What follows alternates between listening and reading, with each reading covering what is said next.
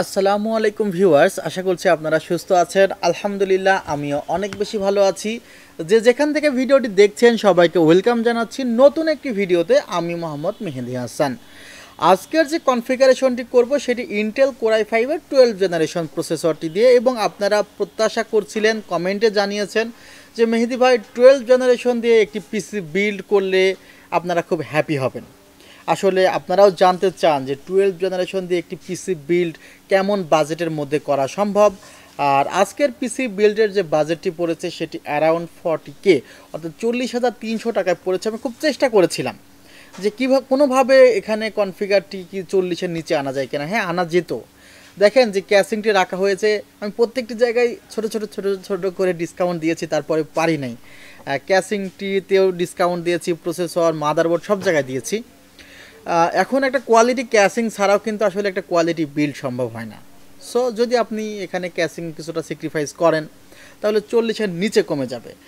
আর একটি কথা বলতে চাই, আমি তো আপনাদের রিকোয়েস্ট রাখছি, প্রোডাক্টের প্রাইস বলছি, আপনারা একটু আমার রিকোয়েস্টটি রাখেন। এবং আমি এটি বিশ্বাস করি যে আমার চ্যানেলটি 1 লক্ষ সাবস্ক্রাইবার পার হলে আপনারা অনেক বেশি খুশি হবেন।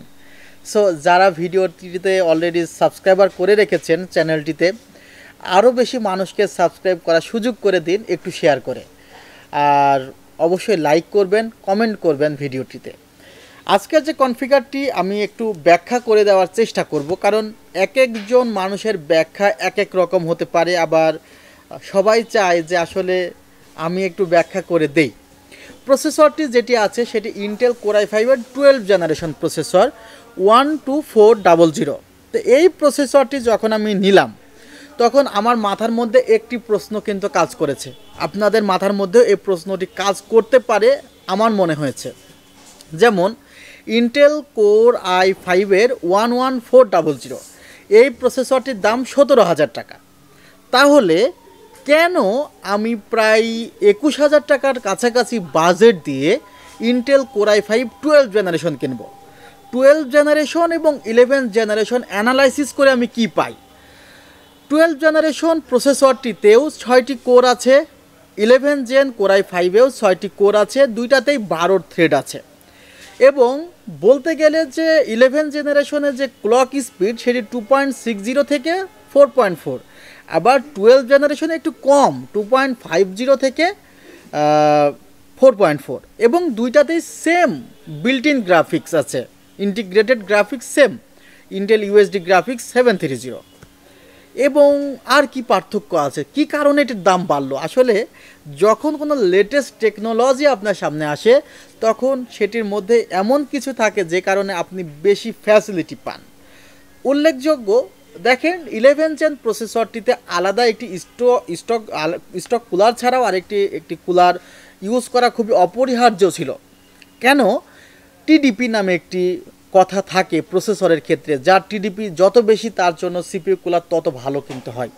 তো 11 জেনারেশনের টিডিপি 125 আর 12 জেনারেশনের টিডিপি 65, প্রায় অর্ধেক, এবং খুব কম বলতে পারেন গরম হয়, এবং এখানে স্টক কুলার দিয়েও আপনি চালাতে পারবেন। প্রসেসরে 3 বছর ওয়ারেন্টি আছে। আর প্রসেসরের মধ্যে এই টিডিপির একটু পার্থক্য আমি পেয়েছি। এছাড়া পার্থক্য আরেকটি জায়গায় পেয়েছি, সেটি হলো ক্যাশ মেমোরি। 12 MB যত সম্ভব ক্যাশ মেমোরি আছে 11 জেনারেশনে, কিন্তু 18 MB ক্যাশ মেমোরি আছে 12 জেনারেশনে। 12 জেনারেশন প্রসেসরটা শুধুমাত্র যে প্রসেসরের সাথে প্রসেসরের কম্পেয়ারের জন্য যে এত বেশি তা না, আলাদা একটি টেকনোলজি। এটি দিয়ে আপনি আসলে প্রোডাক্টিভিটির ম্যাক্সিমাম কাজই করে নিতে পারেন, মাল্টিটাস্কিং কাজগুলো করতে পারেন। এবং যদি মনে করেন ফিউচারে গ্রাফিক্স কার্ড লাগাবেন তাহলে খুব ভালো গ্রাফিক্স কার্ড এই প্রসেসরে আপনি লাগাতে পারবেন। এবং এই প্রসেসরটিতে কিন্তু DDR4 DDR5 দুইটি র্যামই সাপোর্ট করে। এবার বুঝতে পেরেছেন যে কেন প্রসেসরটির দাম 4,000 টাকা প্রায় বেশি। প্রসেসরটি নিয়ে আর কথা বলছি না, সময়ের আপনাদের অপচয় হবে। আসুস মাদারবোর্ড নিয়ে একটি কথা বলতে চাই। মাদারবোর্ডটি আসলে আমার কাছে ভালো লেগেছে। আমার অল্টারনেটিভ ওয়ে ছিল গিগাবাইট ব্র্যান্ডের মাদারবোর্ড, সেটির প্রাইসও প্রায় 9,900 9,800 টাকা মতো ছিল, কিন্তু আমার ভালো লাগেনি। আমার কাছে ভালো লেগেছে এখানে আসুস ব্র্যান্ডের, যার প্রাইস 10,300 টাকা। দেখেন এই মাদারবোর্ডটির মধ্যে কি ফ্যাসিলিটি আছে। প্রথমত মাদারবোর্ডটির মডেল হলো, এটি একটি প্রাইম সিরিজের মাদারবোর্ড। প্রাইম সিরিজের মাদারবোর্ডগুলো যেমন 410, 510, H510 410 এগুলো প্রাইম সিরিজের মাদারবোর্ড। তো এটিও আসুসের প্রাইম সিরিজের এন্ট্রি লেভেলের মাদারবোর্ড যেগুলো আমরা বলি।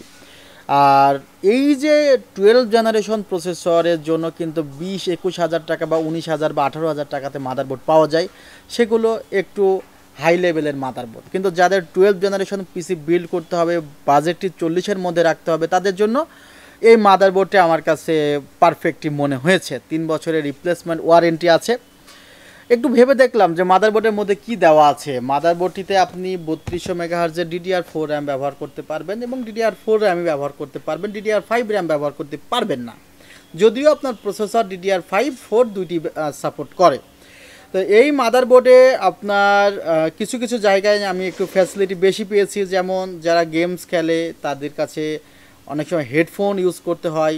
আমরা আসলে কিছু কিছু হেডফোন ব্যবহার করি যেগুলো আসলে ঠিক 8GB হলেই মনে করি এটি খুব ভালো হেডফোন, কিন্তু না, 7.1 চ্যানেলের 8GB হেডফোন ইউজ করতে হয়। যারা আসলে হাইলি গেম খেলেন তাদের জন্য 7.1 চ্যানেলের হেডফোনগুলো ভালো, যেগুলো প্রাইস 2600 থেকে 2800 টাকা। সে বিষয়ে একটি কথা বলবো আমি যখন আমি কোনো একটি ভিডিওতে হেডফোন নিয়ে শুধুমাত্র রিভিউ করব।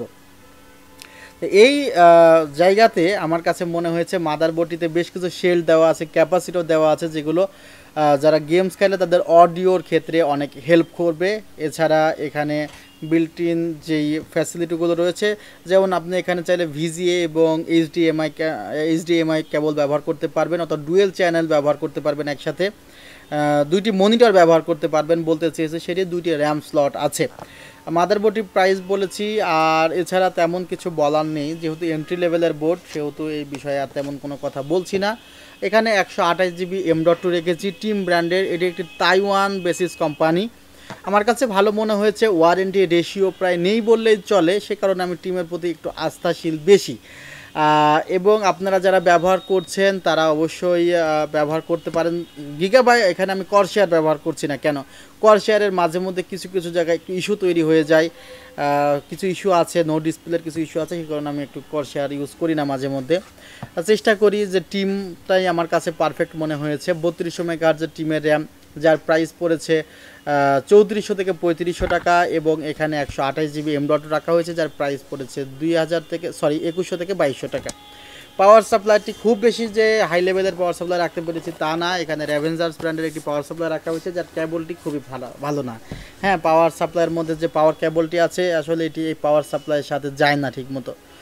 সো পাওয়ার কেবলটি একটু ভালো আলাদা কিনে নিলেই ভালো হয়। 1200-1300 টাকা এই পাওয়ার সাপ্লাইটির দাম। 3032 টাকা ক্যাসিংটির দাম। ক্যাসিংটি আসলে রেখেছি যে সবার তো টেস্ট একরকম হয় না, কিছু মানুষ আছে যারা একটু অন্যভাবে চিন্তা করতে চায়। ক্যাসিংটিতে কিন্তু পাশের টেম্পার গ্লাস প্যানেল আছে, টোটালি কিন্তু ফুল উইন্ডো টেম্পার গ্লাস প্যানেল, উপরের দিকে ম্যাগনেটিক ডাস্ট ফিল্টার আছে, USB 2.3 আছে, এবং দেখতে পাচ্ছেন যে সামনে কিন্তু একটি স্ট্রিপ আছে যেটি চেঞ্জ হয়। দুইটি ফ্যান আছে, উপরের দিকে একটি ফ্যান আছে, পিছনের দিকে একটি ফ্যান আছে। আমার কাছে ভালো মনে হয়েছে ক্যাসিংটি, সেই কারণে ক্যাসিংটি আপনাদের সাজেস্ট করতে চাই। আর একটি ভিডিওতে এক ধরনের ক্যাসিং ইউজ করতে চাই, কারণ আপনারা অনেক বাজারের অনেক ক্যাসিং ক্রয় করবেন যখনই পিসি বিল্ড করবেন, যেন আপনারা আমার কালেকশন সম্পর্কেও জানতে পারেন। আরও অনেক ক্যাসিং আছে, সেগুলো নিয়ে কোনো একটি ভিডিওতে কথা বলবো। টোটাল পিসির প্রাইস পড়েছে 40,300 টাকা। চাইলে কিন্তু এই পিসিটি আপনি অনলাইনে অর্ডার করতে পারেন। অনলাইনে অর্ডার করার ক্ষেত্রে আমাদের ডেসক্রিপশন বক্সে আমাদের ঠিকানা দেওয়া থাকে, প্রত্যেকটি ভিডিও ডেসক্রিপশন বক্সে ঠিকানা দিয়ে দেই, প্লাস আমাদের সাথে কন্ট্যাক্ট করার জন্য যে তথ্যগুলো দরকার সেগুলো দিয়ে দিই। আমার হোয়াটসঅ্যাপ নাম্বার আছে, তবে সবসময় হোয়াটসঅ্যাপে হয়তো বা অ্যাক্টিভ থাকতে পারি না, অন্যান্য কাজেও ব্যস্ত থাকতে হয়, তবে চেষ্টা করি যে যখনই ফ্রি হই তখনই হোয়াটসঅ্যাপটা সবার আগে আমি চেক করি। আমার হোয়াটসঅ্যাপ নাম্বার 01759546431। আমাদের সাপ্তাহিক বন্ধ মঙ্গলবার, তবে ঈদের আগে বন্ধ থাকবে কিনা এটা সম্পর্কে জানি না। সকাল 10টা থেকে রাত 8টা পর্যন্ত আছে আপনাদের অপেক্ষায়। আমাদের ওয়েবসাইটের ঠিকানা www.celltech.com.bd, আর আমাদের ঠিকানা নিউ 11 রোড, সুভাস্তু অর্কিড ICT ভবন, 7th ফ্লোর, 703 থেকে 740 লিফটের ঠিক অপোজিটেই আমাদের শোরুমটি। আপনারা সবাই ভালো থাকবেন, সুস্থ থাকবেন। আল্লাহ হাফিজ, আসসালামু আলাইকুম।